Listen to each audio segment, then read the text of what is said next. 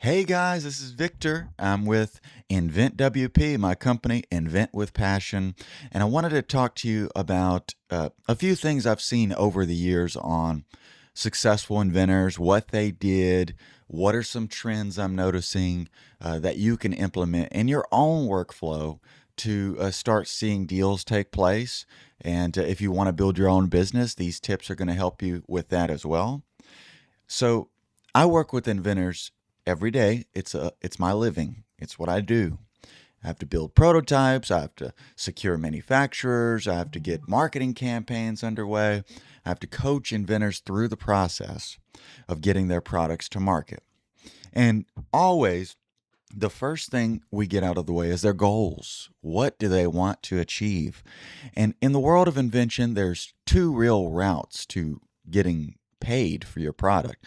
One is to actually convince a company that exists to adopt it, which is called licensing. And then the other is to take the reins, release it yourself, and start selling it online or in person if you have local shops. Eventually get to retail, but that's the other route. It takes a lot more money, but in majority of cases, I see people making more money by owning and operating their own business. But of course, they took more risks, so they're more deserving, or at least that's in my view, the truth.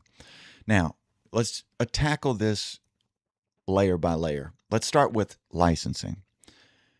At the end of the day, what you need to do is look at licensing as you're building interest. Your job is to contact companies and see if you can't convince them to take a deeper look at this product and consider it for future product releases under their brand. If you can convince them, then they will do the heavy lifting on the funding, getting inventory, refining the design if it needs it, rebranding, doing all the marketing campaigns. It sounds like a lot, but I'm telling you, structurally, businesses are quite simple. A business is simply you've got a product, you protect it somehow, you manufacture it, and you market the crap out of it so that people in the world can find you and make that all powerful purchasing decision. It's not as complicated as many people might make it seem. Now, I didn't say it was easy, but it's simple in concept. Like I said, all you have to do is build a product, make sure the thing works, and hell, you don't even have to have a product that saves lives or does some tremendous value to society. You can create something as simple as a beanie baby if you can find a trend for it. Um, but going back to, let's start with licensing. Licensing, like I said, is building interest. If you can get good at finding companies and getting them interested, then you're already halfway there to landing a deal. Now, what does it take to get interest? Well, a prototype helps a lot, but it isn't always necessary. You need to convince these companies that, hey, you're the real deal. You have gone through the steps of confirming that not only does this product work, but it's also something that will be a good seller, something that's going to help the company make money. And more importantly, help them make enough money. They don't spend 50 grand or 100 grand, which is what it takes on average to release a new product, without seeing the potential revenues that they can generate by going through those efforts. So it falls on you, and a lot of times it falls on me when people work with me, to help convince those companies, show them, hey, here's a product that's going to add tremendous value to your product line. We've quantified it to certain extents. We've looked at the demographics, and we see this as a big seller or something that's going to generate big sums of revenue because they have the proper marketing channels and campaigns in place to make these things successful. And so in my conversations with the inventor and the companies, I have to allude to these types of information. The other thing is protecting your idea. I don't recommend people get a full patent in the beginning. It's very expensive. It adds tremendous risk to your overall what you have to tolerate. And fortunately, in the US, a couple other countries, there's something called a provisional patent you can take advantage of. And I'm sure you're already aware of it, but it's much less expensive and it gives you that powerful patent pending status for your invention so that you can approach companies with confidence saying, hey, here's my product, here's the demo, it's patent pending.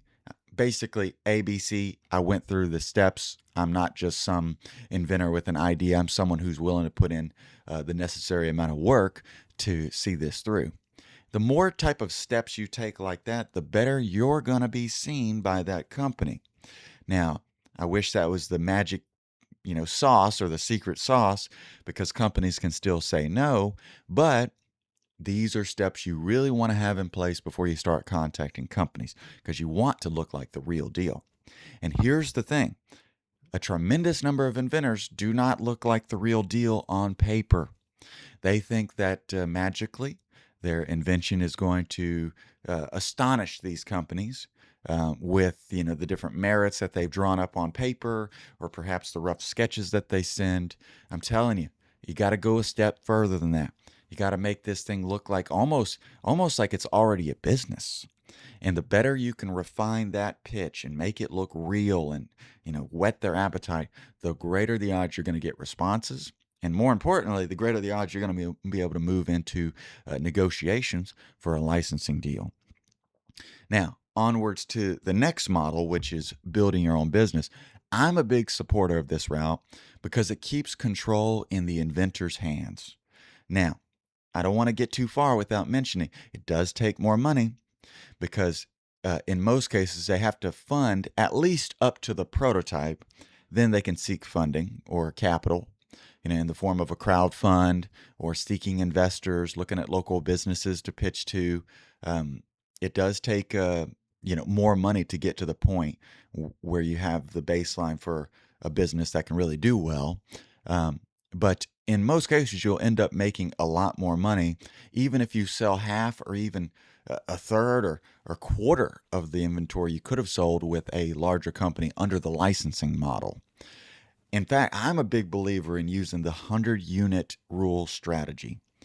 I have all this equipment that I carry around with me, whether it be 3D printers or mold making tools, hand tools. I mean, I've got so many different tools, like literally for the purpose of creating that 100 units.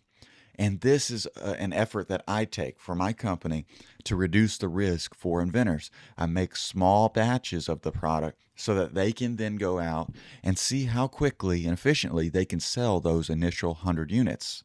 If they do well, then it's just a matter of getting more inventory and growing slowly but surely, kind of ratcheting yourself forward. And this is a big step for my company a couple of years ago that I started offering, and it has helped numerous people get to market who even had very, very strict budgets. So there's numerous ways I've learned to help people, and this is just one of them. So prototypes. I brought up the topic of prototypes. Building a prototype shows, it's basically showing that you're very serious. You've gone through the effort of refining your idea. It's not just a sketch anymore. It's an actual unit that you can then demonstrate or get in the hands of someone whose opinion matters. You can field test it and start collecting early customer feedback or user feedback. You can take that information and condense it into a really well-rounded pitch. And the more information you have to offer, the more interest you're going to be able to generate. So I wanted to leave you guys with a couple different tips that I know work, and let me know what thoughts you have, what tips you have for the inventors out there trying to make progress and, more importantly, make some money. That's what it's all about. All right. If you need some professional help, please reach out. My website is inventwp.com, and you can message me directly on LinkedIn if you need some professional help. I'll catch you guys later.